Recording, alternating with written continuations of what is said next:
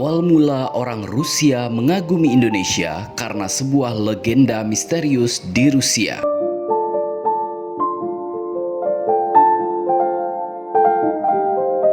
Presiden Vladimir Putin mengungkit mengenai jasa-jasa Rusia atau Uni Soviet terdahulu di saat Putin menyambut kedatangan Presiden Jokowi di Istana Kremlin pada hari Kamis 30 Juni 2022 yang lalu. Saya ingatkan kembali bahwa negara kami membantu Indonesia membangun kenegaraan dan memperkuat posisi Republik Muda di kancah internasional. Begitu ujar Putin dalam kata data. Selain menyinggung bantuan Uni Soviet ketika awal kemerdekaan Indonesia, Putin juga mengungkapkan peran Rusia saat membantu membangun infrastruktur Indonesia. Ketika itu, katanya, Rusia banyak mengirim spesialis, insinyur, dan ahli konstruksi ke Indonesia. Uni Soviet kala itu, jelas Putin, juga berperan dalam membangun infrastruktur transportasi, industri besar, stadion, rumah sakit, dan institusi di Indonesia. Bahkan tambahnya, beberapa bangunan itu masih beroperasi hingga saat ini. Pada kesempatan itu, Putin juga menekankan bahwa Indonesia merupakan salah satu mitra utama Rusia di Asia Pasifik. Rusia akan terus membantu Indonesia membangun kenegaraan dan memperkuat posisi Indonesia di kancah internasional.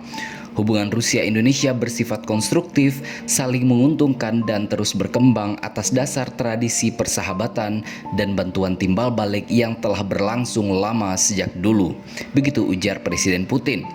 Dr. Sastra Indonesia dan Malaysia di School of Oriental and African Studies, University of London, Inggris, Vladimir I. Brzezinski, mengungkapkan pada mulanya orang-orang Rusia memendam kekaguman terhadap kawasan Nusantara semenjak abad ke-11. Namun, menurut Tommy Lebang dalam bukunya Sahabat Lama, Era Baru yang dimuat Tirto, kekaguman itu bersifat misterius karena mereka sendiri tidak tahu sebenarnya di mana Nusantara itu. Pengetahuan masyarakat Rusia hanya berasalkan dari mitos. Mitos itu berupa kepercayaan bahwa Kepulauan Nusantara sebagai sebuah Taman Eden yang memiliki kekayaan berupa emas dan batu berharga lainnya. Begitu ujar Tommy Lebang dalam bukunya. Saat dalam jajahan Belanda, Kekaisaran Rusia telah menempatkan seorang konsul pertama dan terakhir di Batavia, yaitu M. Bakunin.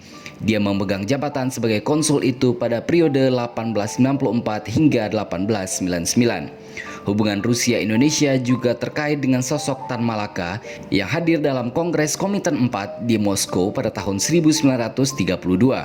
Bukan hanya Tan Malaka, ada juga Munawar Musso yang pernah tinggal di Moskow. Musso merupakan pemimpin Partai Komunis Indonesia atau PKI di tahun 1920 hingga pemberontakan PKI di Madiun 1948. Di Moskow, Musso menyusun bahan pelajaran bahasa Indonesia untuk mahasiswa Uni Soviet. Hubungan ideologis ini kembali muncul saat proklamasi kemerdekaan Indonesia dikumandangkan pada 17 Agustus 1945. Uni Soviet menjadi salah satu negara yang terus-menerus mendukung kemerdekaan Indonesia. Andrew Gromyko pada sidang PBB dalam kurun waktu 1945 hingga 1947 terus mempelopori gerakan mengecam Belanda yang melestarikan penjajahan di Indonesia. Pers Rusia pun dipenuhi dengan reproduksi berita tentang para pejuang kemerdekaan Indonesia.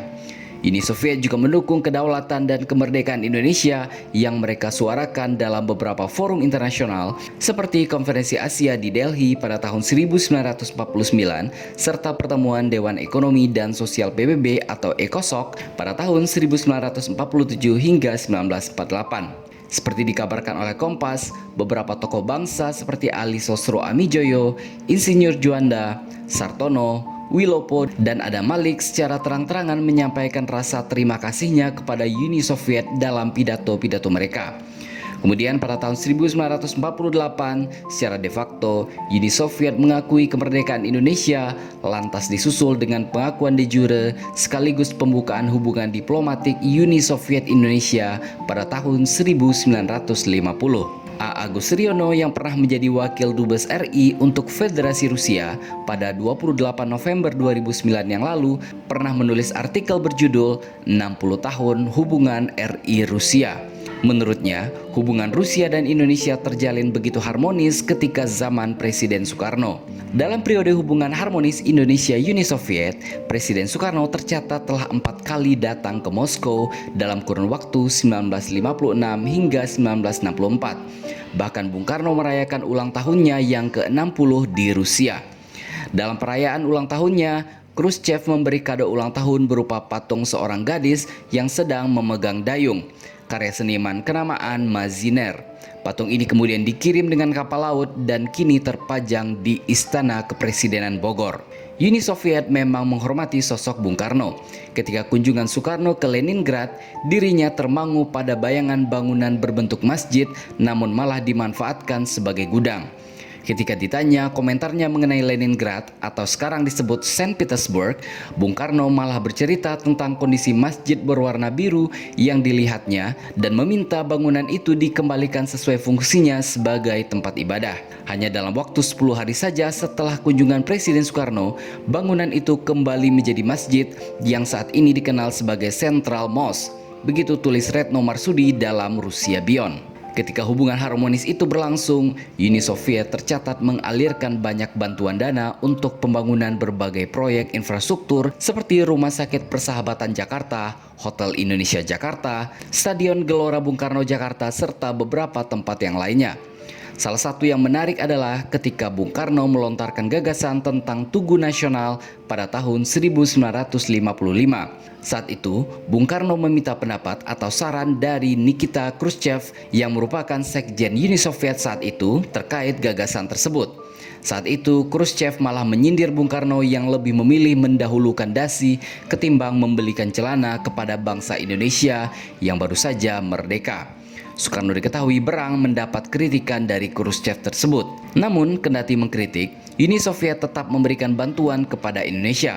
Tidak hanya membangun Tugu Monas, tetapi mereka juga menyumbang pembangunan Stadion GBK dan juga Masjid Istiqlal. Uni Soviet juga diketahui menjadi pemasok utama persenjataan dan peralatan tempur pada era Soekarno, terutama saat Tri Komando Rakyat atau Trikora untuk pembebasan Irian Barat dan Dwi Komando Rakyat atau Dwikora untuk konfrontasi dengan Malaysia. Tercatat, Uni Soviet menggelontorkan uang senilai 600 juta dolar Amerika Serikat kepada Indonesia dalam bentuk kapal penjelajah, destroyer, kapal selam, tank amfibi, dan pesawat tempur MiG.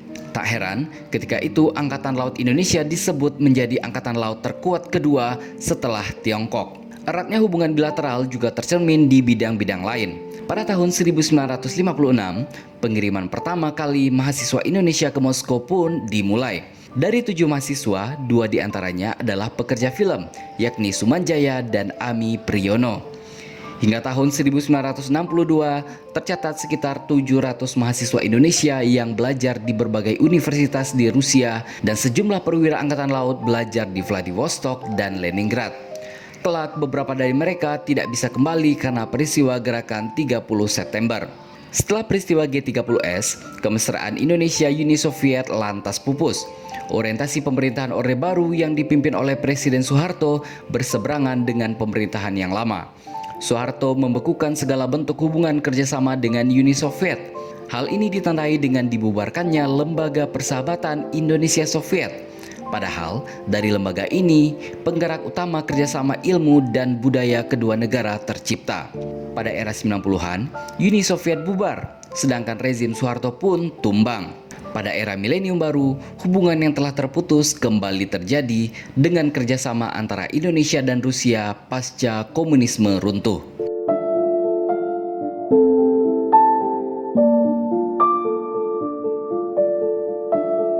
Jadi, di sini kita sudah sedikit tahu kenapa bangsa Rusia adalah hanya segelintir bangsa kulit putih yang notabene adalah bangsa barat yang respek dan sangat suka dengan Indonesia tanpa dibuat-buat dan terlihat lebih tulus dan apa adanya.